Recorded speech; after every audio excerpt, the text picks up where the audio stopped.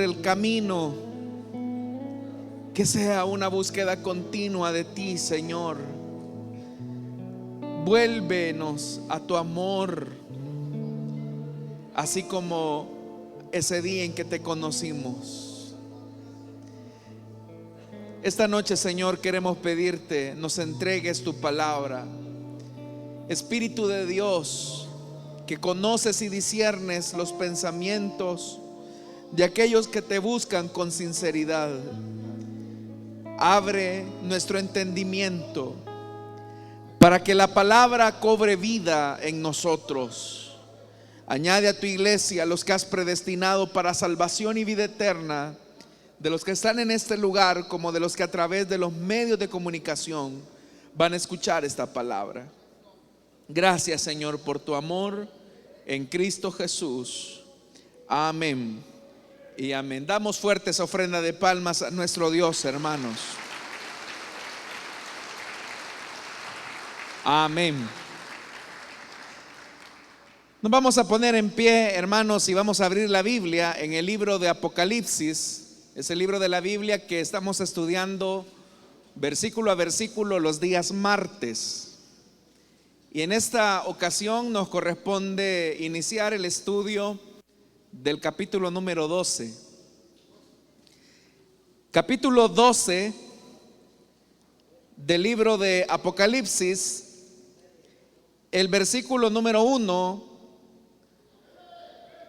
la palabra de Dios nos dice: apareció en el cielo una señal maravillosa,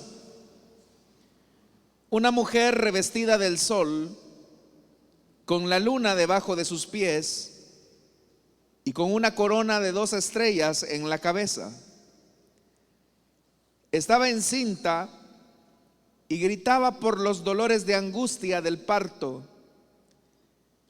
Y apareció en el cielo otra señal: un enorme dragón de color rojo encendido, que tenía 7 cabezas y 10 cuernos, y una diadema en cada cabeza. Con la cola arrastró la tercera parte de las estrellas del cielo y las arrojó sobre la tierra. Cuando la mujer estaba a punto de dar a luz, el dragón se plantó delante de ella para devorar a su hijo tan pronto como naciera. Ella dio a luz un hijo varón que gobernará todas las naciones con puño de hierro. Pero su hijo fue arrebatado y llevado hasta Dios, que está en su trono. Y la mujer huyó al desierto, a un lugar que Dios le había preparado, para que allí la sustentaran durante 1260 días. Se desató entonces una guerra en el cielo. Miguel y sus ángeles combatieron al dragón. Este y sus ángeles a su vez les hicieron frente, pero no pudieron vencer, y ya no hubo lugar para ellos en el cielo. Así fue expulsado el gran dragón, aquella serpiente antigua que se llama Diablo y Satanás, y que engaña al mundo entero. Junto con sus ángeles fue arrojado a la tierra. Amén. Hasta ahí dejamos la lectura, hermanos. Tengan la amabilidad de sentarse esta noche, por favor.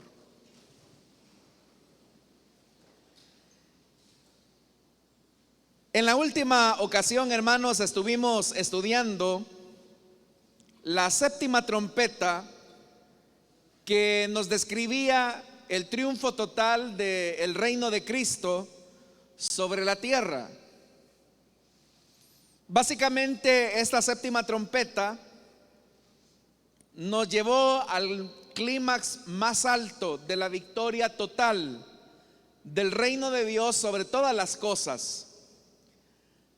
Y esa victoria se ve claramente reflejada en el versículo 19 del capítulo 11, donde se nos describió que el cielo se abrió y el templo de Dios reveló claramente el arca del pacto, que, como yo se los mencioné en esa ocasión, el arca del pacto se ubicaba en el lugar santísimo, es decir, En términos simbólicos, lo que el libro de Apocalipsis estaba mencionándonos o describiendo es que finalmente la consumación de la victoria total del reino de Dios hablaba de que la nueva humanidad regenerada tiene acceso al lugar santísimo, a la misma morada de Dios, a la misma presencia de Dios, y que eso supone la victoria total de el que fue muerto pero que ahora vive.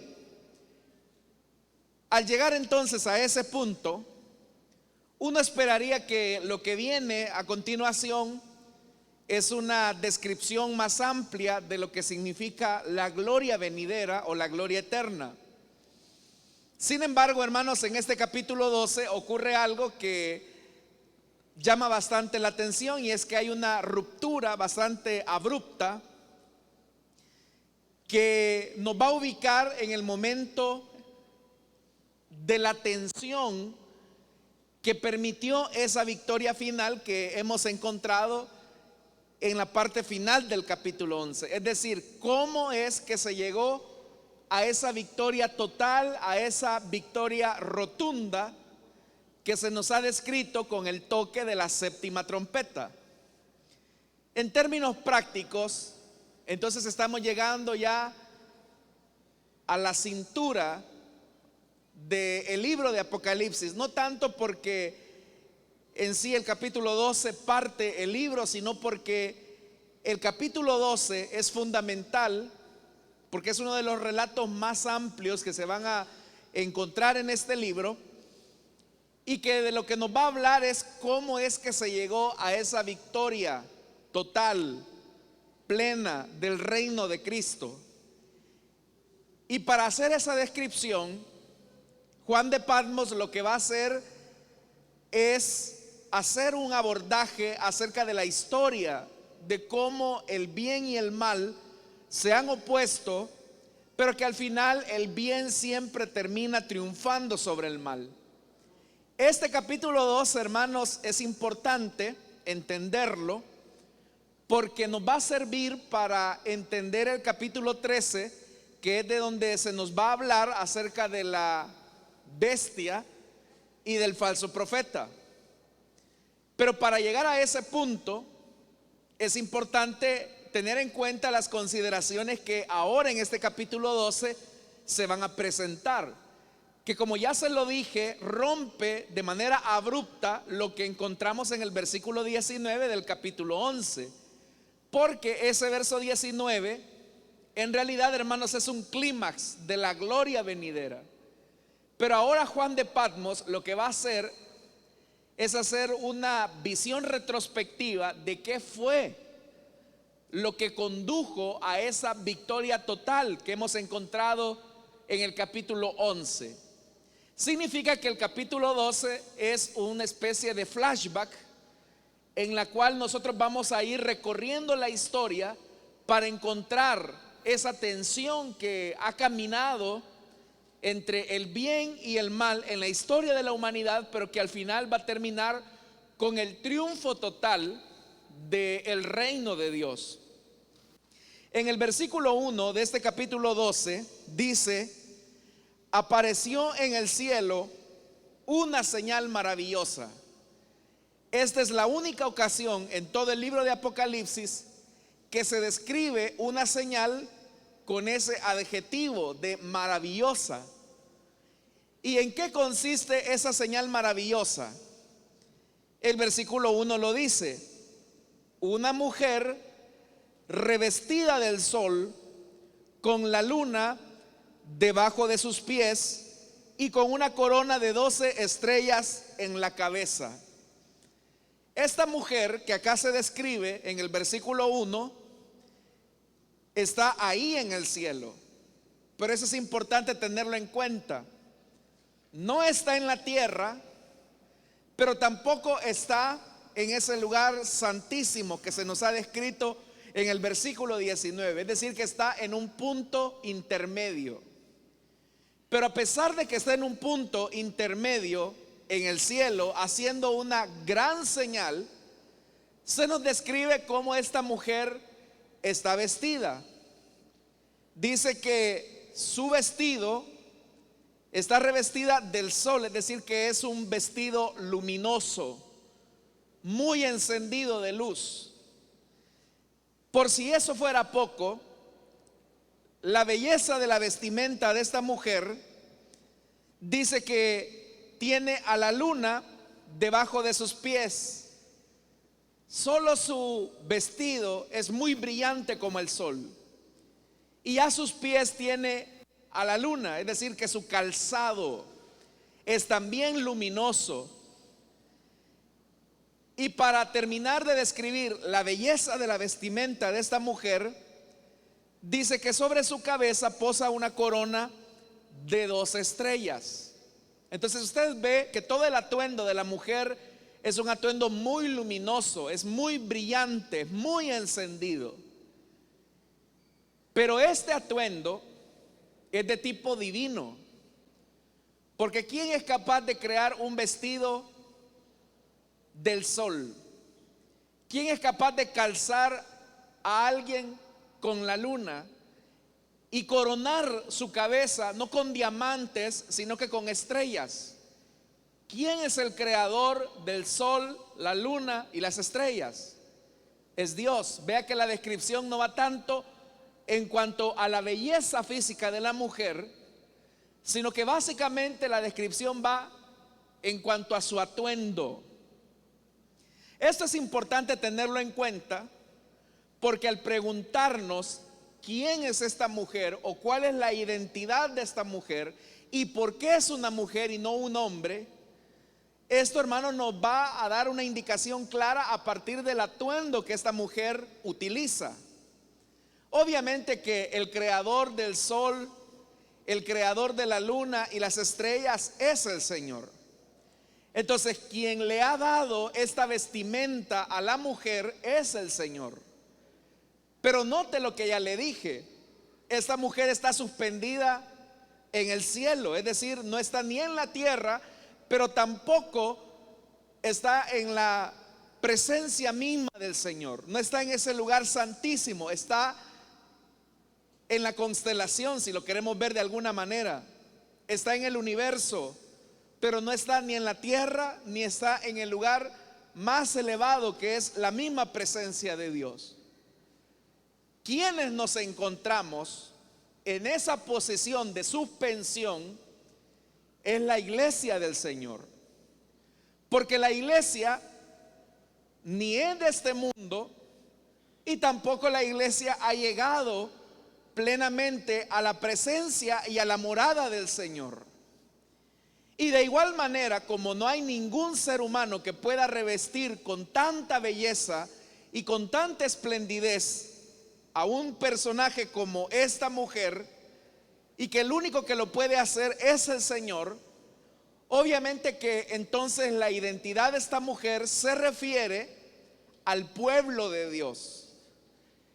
Esta mujer entonces es el pueblo de Dios, que ha sido revestida de una belleza glamurosa.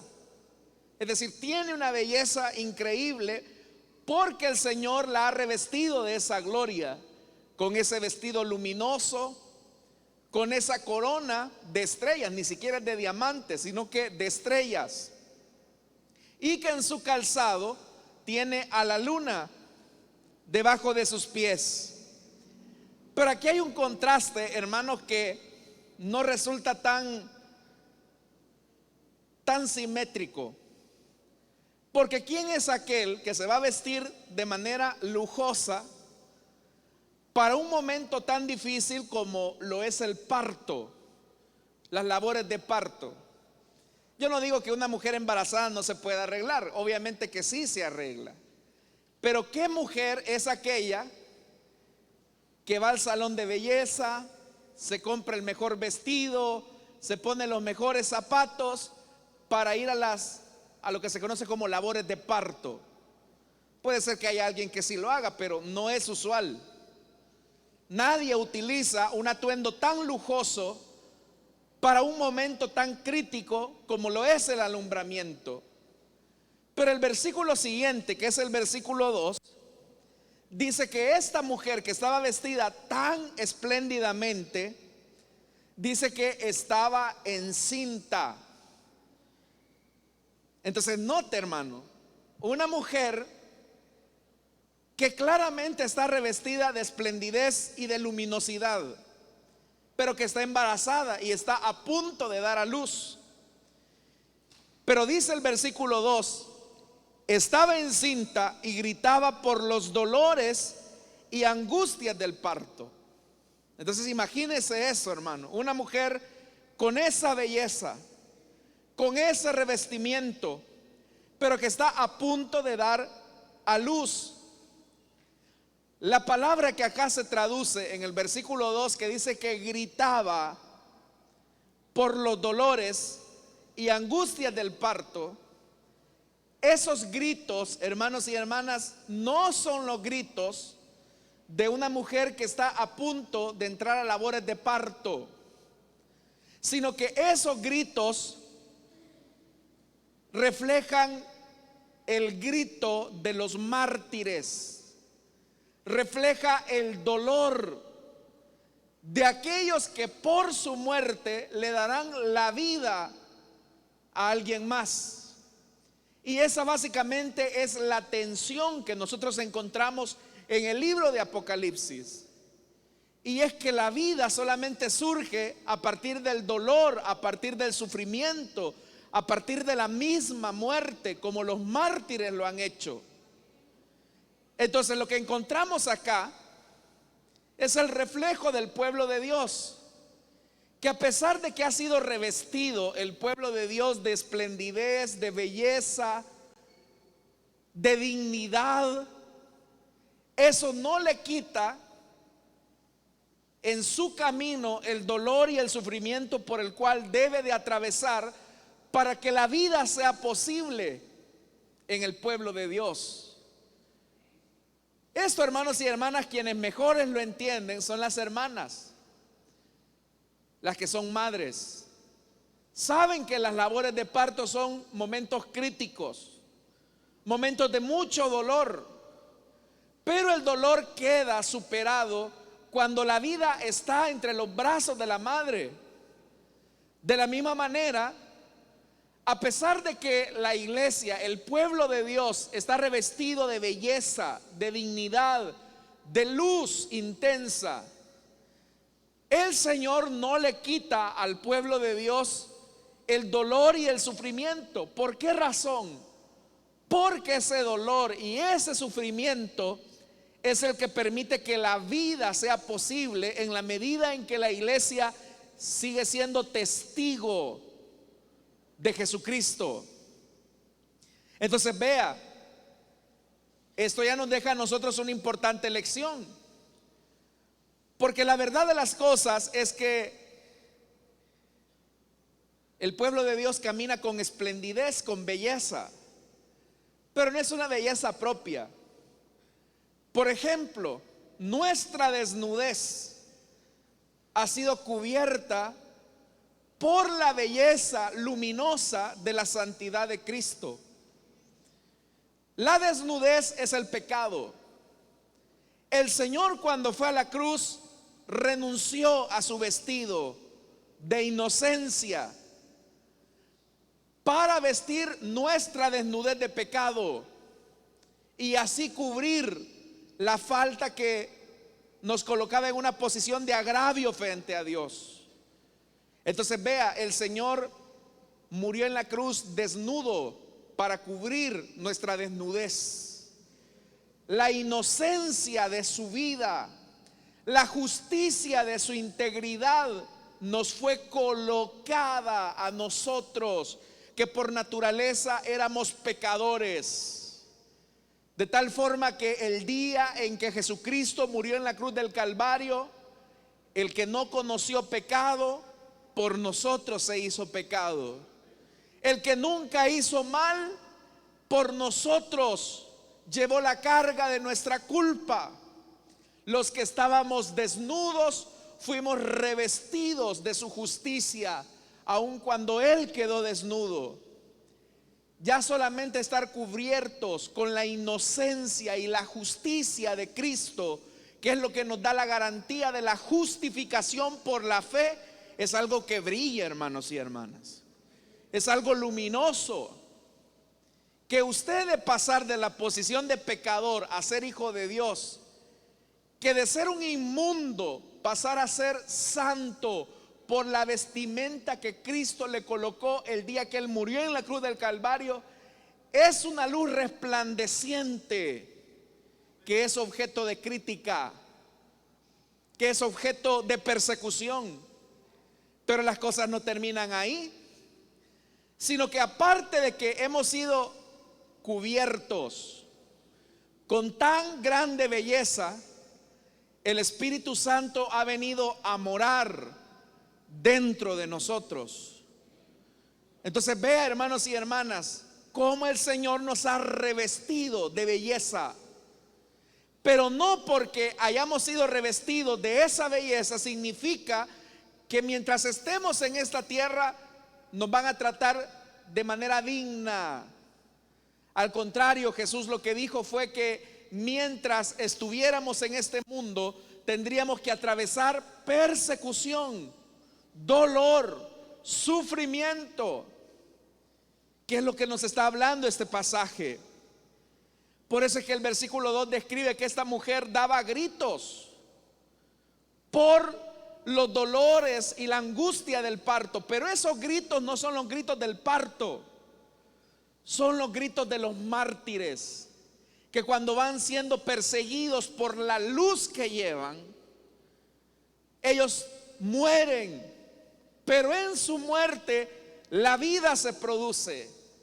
Por eso es que Jesús dijo que cuando la semilla cae a tierra es necesario que muera, para que estando en la posición de muerte la vida pueda surgir. El versículo 3 dice, como ya le dije, hermano, lo que va a hacer este capítulo 2 es una especie de teología de la historia. Es decir, que va a ser un flashback. ¿Cómo es que llegamos al reino triunfante de Cristo? Y aquí Juan de Patmos se va a ir al origen de todo. ¿De dónde es que viene la lucha entre el bien y el mal? Juan de Patmos se va a ir a Génesis y antes de Génesis. En el versículo 3 dice, vea que aquí aparece otra señal, pero esta no se dice que sea gran señal, sino que lo que dice es, y apareció en el cielo otra señal, un enorme dragón de color rojo encendido. No me voy a tomar el tiempo, hermanos, para ir explicando cada detalle, porque lo vamos a ver más adelante. Pero cuando acá se dice que es un gran dragón de color rojo, el color rojo en el Apocalipsis lo que significa es violencia, muerte. Y si este enorme dragón es de color rojo encendido, eso describe que su naturaleza es una naturaleza de muerte y de violencia. Entonces vea los contrastes. Una mujer que a través del dolor va a dar la vida. Y en el cielo aparece un dragón de rojo encendido, que lo que va a producir es muerte, es dolor, pero lo que va a producir es muerte solamente. Es un contraste. Pero dice algo más. Tenía 7 cabezas, 10 cuernos. El cuerno en la Biblia lo que simboliza es el poder, es la potencia. Entonces este dragón tiene fuerza, tiene poder, tiene potencia. Pero aparte de eso dice que tenía una diadema en cada una de las 7 cabezas. La diadema es símbolo de autoridad, es símbolo de gobierno, también es símbolo de poder. Entonces, ¿qué es lo que nos está diciendo este versículo 3? Que ese dragón de rojo encendido que aparece ahí es alguien que tiene poder, es alguien que tiene fuerza, Es alguien que también tiene gobierno. ¿Para qué ocupa ese gran dragón su fuerza, su poder y su gobierno? Obviamente que acá está describiendo, como lo vamos a ver más adelante, a Satanás o al diablo, como se le conoce. Pero como Juan de Patmos está yendo a los orígenes, de donde se originó esta lucha entre el bien y el mal, entre la muerte y la vida, ¿dónde comenzó todo? El versículo 4 dice: con la cola arrastró la tercera parte de las estrellas del cielo y las arrojó sobre la tierra. Es decir, que la cola que está atrás arrastró la tercera parte de las estrellas. Las estrellas acá en la Biblia lo que simbolizan son a los ángeles. Y dice que con su cola arrastró la tercera parte de las estrellas. Es decir, que lo siguieron. Con su poder, con su fuerza, con su persuasión, él logró suscitar la primera rebelión de la historia. El origen del mal, el origen de la muerte, no se generó el día en que Adán y Eva desobedecieron a Dios allá en Génesis capítulo 3. El origen del mal se encontró en la rebelión de este que se convirtió en dragón y que a través de su capacidad, de su poder, de su fuerza, logró persuadir a la tercera parte de los ángeles en una rebelión, hermanos y hermanas, que se ubicó en un momento de la historia y que nosotros no sabemos.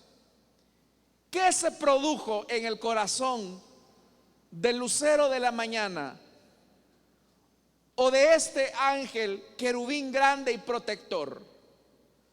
Lo que ocurrió es que hubo un momento en que su corazón se llenó de arrogancia y de soberbia, en el que pensó por un momento que podía ser semejante al Altísimo. Él tenía belleza, la tiene todavía. Él tenía sabiduría, tiene esa sabiduría todavía. Y con todas esas virtudes, con todos esos talentos, él pensó que podía llegar a ser igual al Altísimo. Y el problema es que en esa incitación de su corazón, que es donde se originó el mal y el pecado, él logró colocar la semilla de la rebelión en otros seres angelicales que posteriormente se convirtieron en lo que ahora nosotros conocemos como demonios. Entonces, ¿dónde se generó? ¿Dónde tuvo origen el mal? ¿Dónde tuvo origen la maldad, la violencia hacia lo que es bueno? En el corazón de este que en un momento fue el querubín grande y protector. Ahora, como ya le dije, lo que Juan de Patmos entonces está queriendo decir es que el origen del mal tuvo su punto de partida, pero también tuvo un punto de encuentro con el bien. Y eso lo vamos a ver a continuación. Dice el versículo 4: cuando la mujer estaba a punto de dar a luz, el dragón se plantó delante de ella para devorar a su hijo tan pronto como naciera. Esto es importante tomarlo en cuenta, que porque es una mujer y no un hombre. Porque en todo el libro de Apocalipsis, las figuras que más se presentan son figuras masculinas. Las figuras femeninas que aparecen en el libro de Apocalipsis son esta mujer que se ha descrito revestida del sol, con la luna a sus pies y las dos estrellas que coronan su cabeza. Que si usted se fija, hermanos, la luna, las estrellas y el sol hacen una alusión al sueño de José. Y usted sabe, hermanos, que cuando José tuvo el sueño de la luna y las estrellas, que frente a su estrella se inclinaban, obviamente que hacía una referencia al pueblo de Israel. Entonces, ¿por qué una mujer y no un hombre? Hay que recordar que allá en el libro de Génesis, en el capítulo número 3, a la vez que se menciona que el hombre y la mujer fallan a Dios, también a la mujer se le da una promesa de liberación, se le da una promesa de victoria, que es la que se ve reflejada cuando a Eva se le dice que él pondría enemistad entre su simiente y la simiente de la serpiente, pero que al final un descendiente de la mujer sería herido por el calcañal, pero al final terminaría aplastando la cabeza de la serpiente. Y ese que le iba a aplastar la cabeza a la serpiente es Jesucristo, el Hijo de Dios. Entonces, ¿por qué es una mujer? Porque es una promesa que se ve cumplida en el nacimiento de Jesucristo. Pero ¿qué ocurrió, hermanos y hermanas, cuando el Señor le da esa promesa a la mujer? Si usted lee todo el Antiguo Testamento, va a encontrar múltiples intentos de la serpiente que se planta frente al pueblo de Dios para intentar matar al heredero de la promesa. Comenzando, hermanos y hermanas, podríamos mencionar un caso. ¿Por qué Faraón mandó asesinar a todos los varoncitos hebreos, ahogándolos en el río Nilo? Porque Faraón representa a ese dragón que se planta frente a esa mujer con dolores de parto y que trata por todos los medios de ahogar la esperanza, de ahogar esa promesa que no se cumpla. Por eso es que ese versículo dice que se puso frente a ella. ¿Por qué ese dragón se puso frente a ella? Porque lo que esa mujer lleva en sus entrañas será el que finalmente le va a poner fin a su existencia. Será el que finalmente lo va a derrotar. Entonces, en todo el Antiguo Testamento, Satanás trató por todos los medios que el pueblo de Dios fuera perseguido, destruido, porque lo que quería evitar es el nacimiento del que finalmente lo derrotaría. Pero por más persecución, por más muerte, por más conflicto que le generara al pueblo de Dios, el Señor siempre terminaba librando a su pueblo. Y aquella promesa que Dios le había hecho a la mujer allá en Edén iba a tener cumplimiento. Esto, hermanos y hermanas, también nos da a nosotros una lección importante. Y es que si bien es cierto, este dragón de rojo encendido siempre se va a oponer a Dios, siempre se va a rebelar en contra de Dios. Él lo que trata la manera de hacer es apagar las promesas en medio del pueblo de Dios. Tratar la manera de que el pueblo de Dios no herede sus promesas. Y se opone. Pero a pesar de que se oponga, a pesar de que luche, a pesar de que nos persiga, a pesar de que trate la manera de hacernos difícil el camino, la victoria ya está asegurada, porque Dios ya dijo que sería la victoria total para el pueblo de Dios.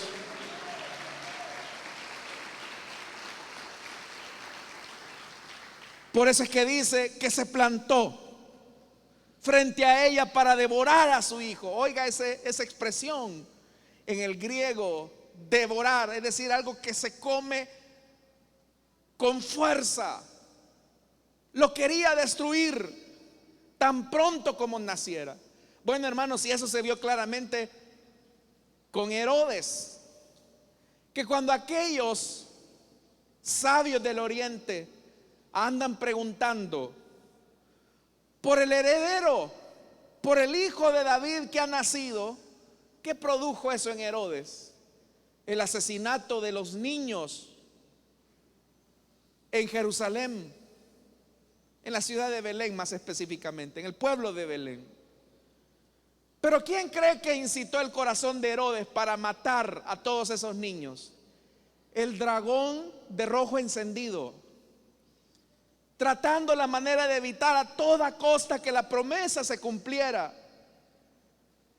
Pero dice el versículo 5, y aquí aparece un versículo mesiánico, que popularmente la gente le llama un verso con contenido mesiánico. Dice el versículo 5: ella dio a luz un hijo varón que gobernará todas las naciones con puño de hierro. Este pasaje que encontramos acá se encuentra en el capítulo 2 del libro de los Salmos, que la gente popularmente llama Salmo mesiánico, pero que efectivamente hace referencia al hecho de que Jesucristo será el que gobernará todas las cosas. Y eso fue la razón que excitó la rebelión de Satanás en su corazón. Que Jesucristo, el Hijo de Dios, sea el Rey de Reyes. A eso se opone el dragón de rojo encendido, y por eso es que trata por todos los medios de matarlo. Y el día en que Jesucristo fue a la cruz del Calvario, incitado, cuando este gran dragón de color rojo encendido incitó más bien al poder religioso representado en el sumo sacerdote y el Sanedrín, cuando este gran dragón de rojo encendido incitó a Poncio Pilato para dictaminar sentencia sobre él y ver al Hijo de Dios ahí clavado en la cruz, Satanás dijo: lo logré, lo maté, me salí con la mía. Lo que él no sabía es que al tercer día Jesucristo resucitaría y vencería las fuerzas del mal.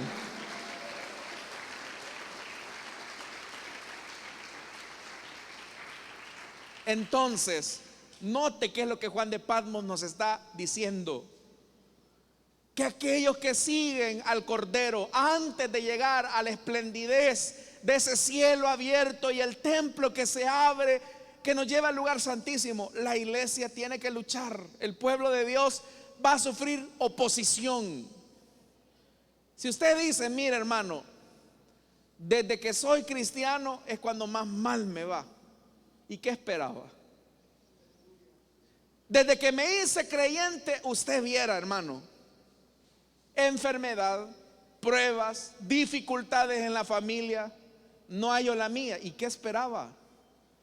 Si la oposición del antirreino siempre estará en su contra. Mire, cuando yo llegué al trabajo y era un gran borracho, el jefe me tenía consideraciones, era un irresponsable y no me echaban. Hoy que me hice creyente, me despiden. ¿Y qué esperaba? Si el mundo no nos ama, el mundo nos aborrece. Esa es la característica de aquel que es seguidor de Cristo, de aquel que ha sido revestido con ese vestido resplandeciente de su presencia. Pero dice más ese versículo 5, que al final dice: gobernará las naciones con puño de hierro. Dice la segunda parte del versículo 5: pero su hijo fue arrebatado y llevado hasta Dios, que está en su trono. Alguien acá se podría preguntar: ¿y por qué no narra la vida, el ministerio, la muerte y la resurrección de Cristo, sino que de un solo, de su nacimiento, de una sola vez se lo lleva a su ascensión. Porque el sentido de Juan de Patmos va más en el hecho de la victoria consumada a través de la muerte de Cristo, que produjo la vida para todos aquellos que estábamos muertos en delitos y pecados. Entonces vea, Satanás no se sale con la suya. Él no logra vencer a este niño. Dice el versículo 6. ¿Qué pasó con la mujer? ¿Qué pasó con la mujer que dio a luz? Fue llevada. Vea lo que dice el verso 6.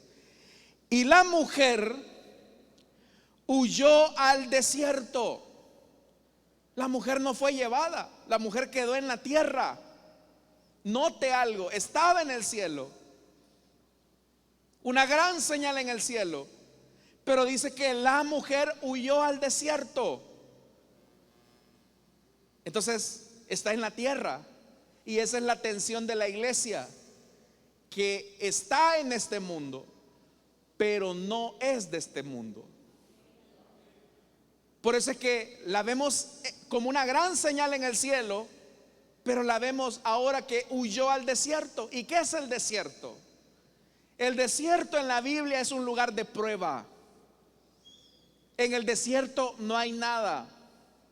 En el desierto no hay pan, en el desierto no hay agua, en el desierto no hay nada. Es un lugar de prueba. Entonces, hermanos y hermanas, ¿qué le queda a esta mujer? Vea lo que dice el versículo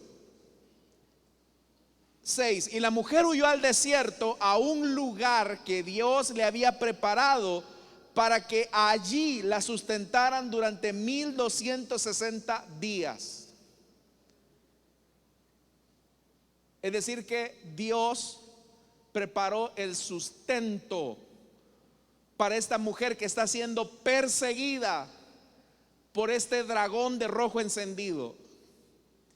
Porque ya le dije, en el desierto no hay nada. Entonces, ¿qué le queda a esta mujer? Depender del sustento de Dios. Mientras la iglesia está en esta tierra, no depende de un hombre, no depende de una fuerza humana, no depende mucho menos de un gobierno. Mientras la iglesia esté en esta tierra, es sustentada por el Señor. Él es el que la alimenta. Entonces, hermanos, mientras pasamos la aflicción de la persecución de este dragón de rojo encendido que se opone a nosotros, que riñe contra nosotros, nosotros no podemos plantarnos frente a este dragón y decir: ay, este diablito, si aquí lo tengo en la planta de mis pies, que venga este diablito pues. Y a veces, hermanos, hasta canciones hay que hacen burla del diablo. Hay una por ahí algo popular en algunas radios que dice: machácalo, machácalo. Suena hasta chistosa la canción. Pero este dragón de rojo encendido tiene poder, tiene autoridad, tiene belleza, tiene todo para destruirnos. Y ante esa situación uno podría temer, pero el Señor nos diría: no temas, manada pequeña, porque yo te sustento y yo te protejo. Amén, hermanos.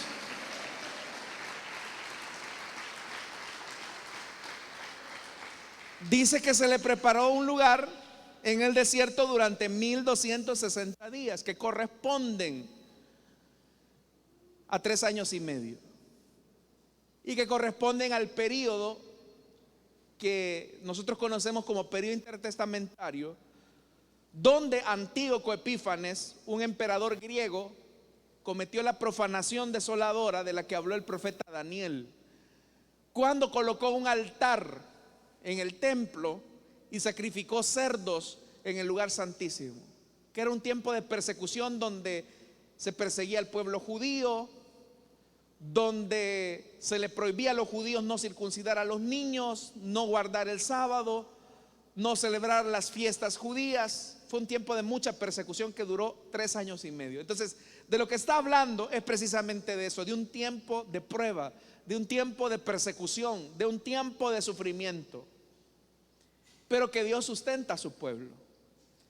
Entonces, hermanos, ya no nos va a alcanzar el tiempo para ver lo que sigue, pero una cosa podemos aprender de este pasaje, y es que el evangelio tiene mucha belleza, tiene mucha esplendidez. La vida cristiana es hermosísima. ¿Dicen amén a eso? Sí, la vida cristiana es hermosa. Hermano, es que antes éramos lo vil, lo menospreciado, lo que nadie quería, la basura y la escoria de este mundo. Ahora venir a ser hijos de Dios, revestidos con la inocencia de Cristo, llenos del Espíritu Santo, esa es una luminosidad y una bendición grande que tenemos los hijos de Dios. Pero a pesar de que tenemos todas esas bendiciones, eso no significa que no vamos a tener sufrimiento y dolor en esta tierra. Así que no se pregunte usted, ¿y por qué que soy cristiano me dio COVID y que no sé qué? ¿Y quién le prometió a usted inmunidad? ¿Y por qué si soy cristiano me asaltaron a mí? Mire, a todos el ladrón no les asaltó, pero a mí me asaltó. Y yo que soy hijo de Dios. ¿Y qué esperaba pues? Si usted es hijo de Dios, a usted Satanás lo odia. Se le planta enfrente y quiere matarlo, quiere destruirlo, quiere perseguirlo, quiere aniquilarlo, porque tiene ese vestido resplandeciente de la gloria de Cristo. Pero Satanás es un enemigo derrotado. Jesucristo lo venció en la cruz del Calvario, hermanos y hermanas. Amén.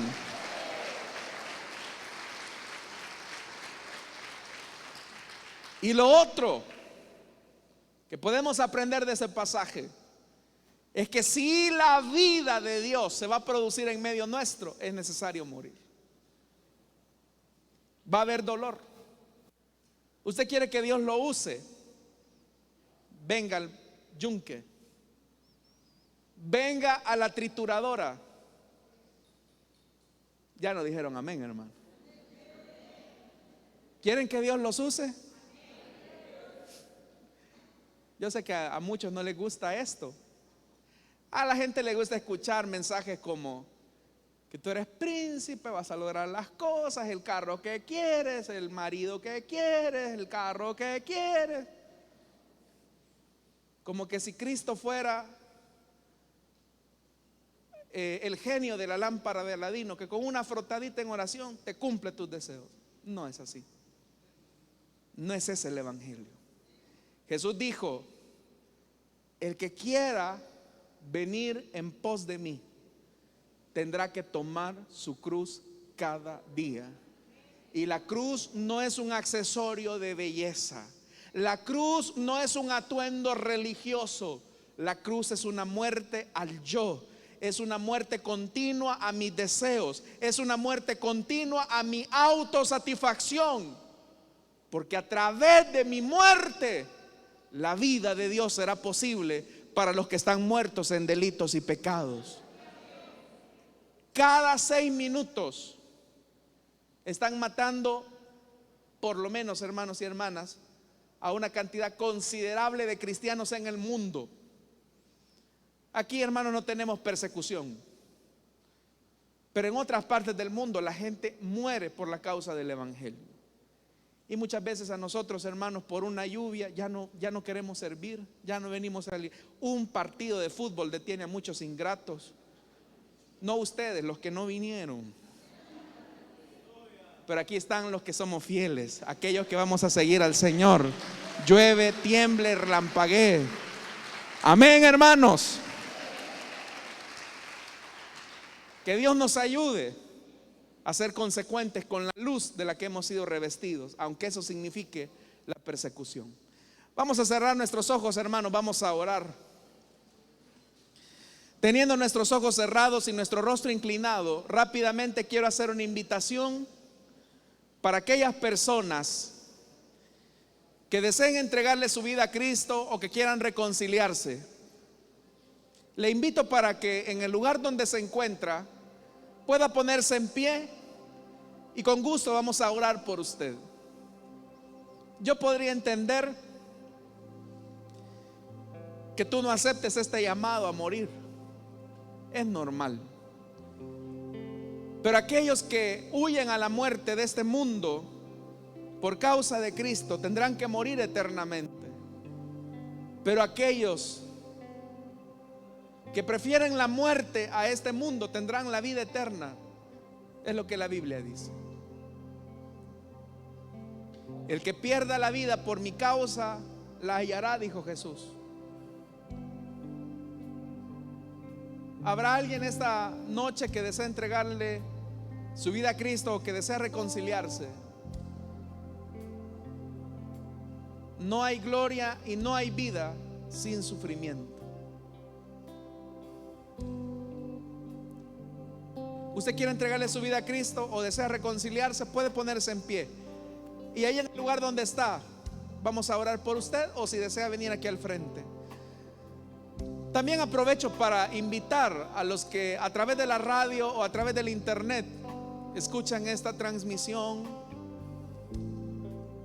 únase a nosotros en esta oración. Y si en lo que estamos orando hay alguien que desea entregarle su vida a Cristo, le invito para que rápidamente no desaproveche la oportunidad. Padre que estás en los cielos, te damos las gracias, Señor, por la vida que nos das. Señor, gracias por habernos revestido de gloria, por haber hecho de tu pueblo una gran señal en el firmamento, en la oscuridad. Somos conscientes también de que eso nos conduce a ser objetos de persecución. Pero ahora, Señor, ayúdanos a asumir con responsabilidad la tarea de ser discípulos tuyos. Señor,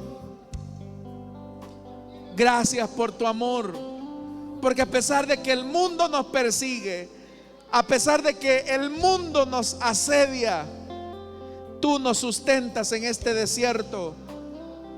Tú nos sustentas en este desierto. Te alabamos y te bendecimos. A ti sea la gloria y el honor. Oramos también, Señor, esta noche por nuestras ofrendas y nuestros diezmos. Sabemos que eres tú, Señor, el que nos das el alimento, nos das la provisión. Nada trajimos a este mundo y nada nos llevaremos, pero tú has compartido de tus riquezas con nosotros. Gracias, Señor, porque nos sustentas. Gracias porque nos das lo necesario.